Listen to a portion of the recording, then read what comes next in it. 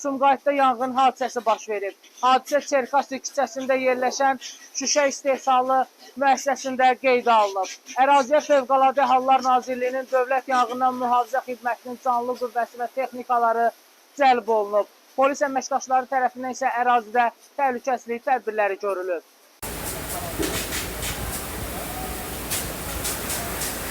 Fövqəladə Hallar Nazirliyinin 112 zəng mərkəzinə saat 06:47 dəqiqədə Sumqayıt şəhəri 76-cı məhəllə Çerkasi küçəsində şüşə məmulatları emalı sexində yanğın baş verməsi haqqında məlumat daxil olmuşdur.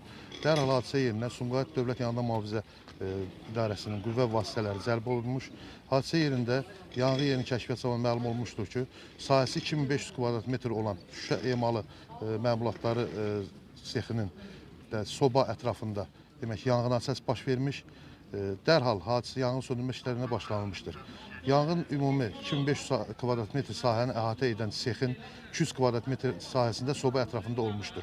Yanğın söndürülübdür və ətrafda olan digər tikililər və sexin qalan hissəsi yanğından mühafizə olunmuşdur.